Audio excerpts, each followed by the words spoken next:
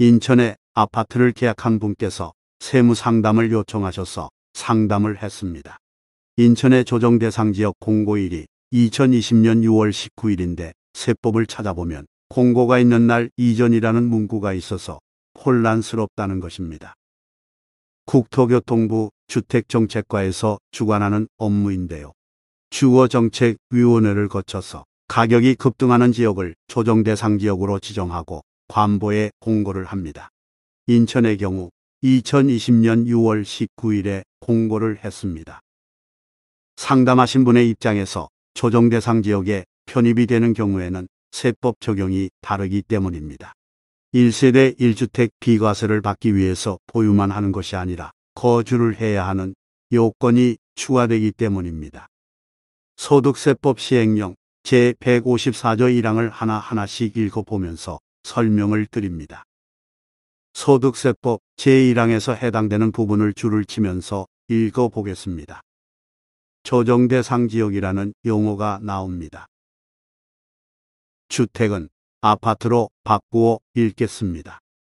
인천이 조정대상 지역에 편입이 되었기 때문에 인천에 있는 아파트를 파는 경우에는 보유기간이 2년 이상이 되는 것이 첫 번째 조건입니다. 그리고 보유기간 중 거주기간이 2년 이상이 되어야 하는 것이 두 번째 조건입니다. 조정대상 지역에서는 거주기간 요건이 강화된 것이라고 설명드릴 수 있습니다. 여기에는 예외 조건이 있습니다. 다만으로 시작되어서 제5호에 해당하는 경우에는 거주기간의 제한을 받지 않는다.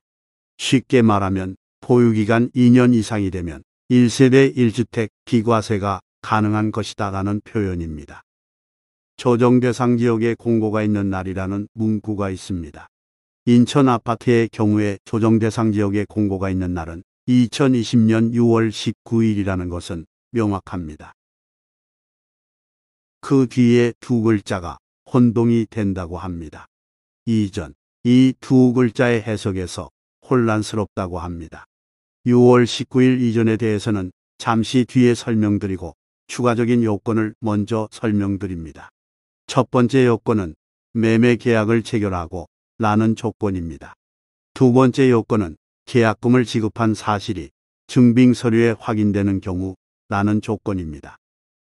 조정대상 지역에 지정이 되기 전에 매매 계약을 체결한 경우에는 거주기간 2년 이상의 요건이 적용이 안 되는 것으로 단서 조항을 만든 것입니다.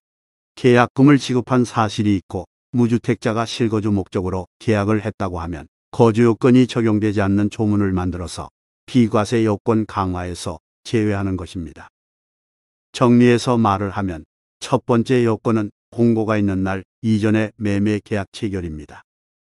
두 번째 요건은 증빙서류 확인입니다. 세 번째 요건은 무주택자입니다. 그럼 이제는 조정대상 지역에 공고가 있은 날 이전이라는 문구를 해석해 보겠습니다. 조정대상 지역에 공고가 있은 날은 관보에 공고가 있으니까 날짜를 확인하면 됩니다. 인천의 경우에는 2020년 6월 19일이라는 것은 의심의 여지가 없습니다. 이전을 어떻게 읽느냐 하는 것에 따라서 언제까지 계약을 하는지가 달려 있습니다. 이전이라는 한글이 헷갈리는 말입니다. 왜냐하면 한자를 단순히 한글로 읽었기 때문입니다. 한자를 보면 6월 19일을 포함하는 의미인지가 궁금합니다. 이전과 이후라는 말이 법에서 사용하는 경우 예전 한자를 가지고 한국어로 사용하는 경우 기준 시점을 포함하는 말이 됩니다. 그래서 6월 19일 이전은 6월 19일을 포함합니다. 또한 6월 19일 이후라는 말은 6월 19일을 포함합니다. 본문의 문구 조정대상 지역에 공고가 있은 날 이전 사례에서 인천의 아파트를 2020년 6월 19일에 계약을 하는 경우에는 공고가 있은 날 이전에 해당하므로 1세대 1주택 비과세 요건 중에서 2년 이상 거주 요건이 적용되지 않습니다.